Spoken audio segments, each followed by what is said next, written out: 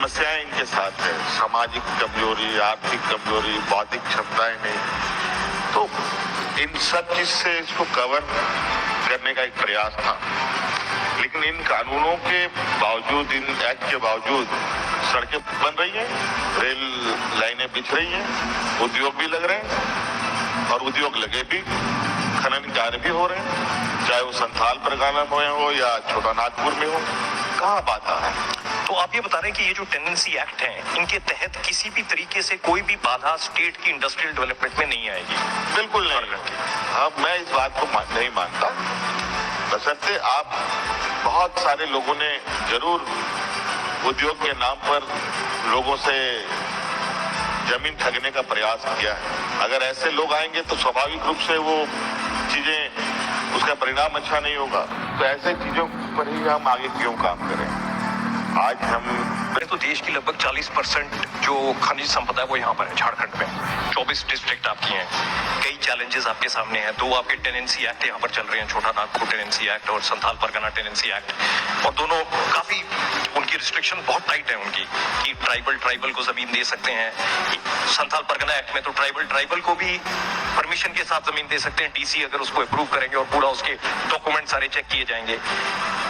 लगभग 70% जमीन आपकी इन एक्ट्स के तहत कवर्ड है।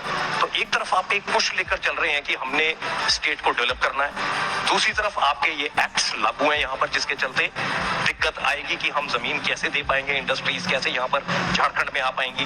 तो ये चुनौती आपके सामने खड़ी है। बड़ी मुश्किल स्थिति में है आप मुख्यमंत्री बतौर, क्योंकि आपने एक तरफ जैसा आपने बताया कि ट्राइबल्स की राइट्स को भी ध्यान में रखना है, आदिवासियों के कल्चर को भी ध्यान में रखना है, और साथ में स्टेट को आगे लेकर जाना है ताकि उनका लाइफस्टाइल और उनकी जिंदगी जो है आगे बढ़ सके। तो इन सब चुनौतियों को आप कैसे संभालेंगे? कमल जी, देखिए, इस मामले में मुझे नहीं लगता है कि ये जो एक्ट है वो हमारे विकास में बाधा है। जी, आज ये एक्ट है, एग्जिस्ट करता है, अभी एग्जिस्ट पूरे राज्य में लागू है।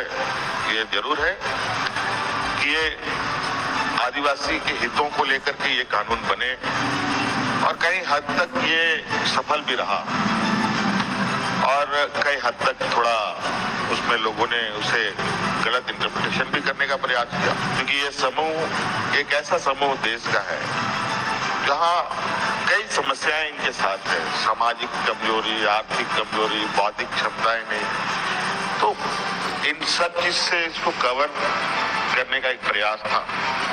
लेकिन इन कानूनों के बावजूद, इन एक्ट के बावजूद सड़कें बन रही हैं, रेल लाइनें बिछ रही हैं, उद्योग भी लग रहे हैं और उद्योग लगे भी, खनन कार्य भी हो रहे हैं, चाहे वो संथाल परगना में हो या छोटा नागपुर में हो। कहाँ बाधा है? तो आप ये बता रहे हैं कि ये जो टेनेंसी एक्ट है, इनके तहत किसी भी तरीके से कोई भी बाधा स्टेट की इंडस्ट्रियल डेवलपमेंट में नहीं आएगी? बिल्कुल नहीं। अब मैं इस बात को नहीं मानता।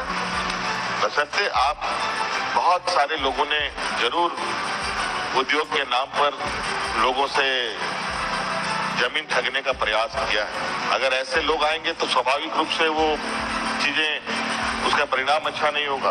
तो ऐसे चीजों पर ही हम आगे क्यों काम करें? आज हम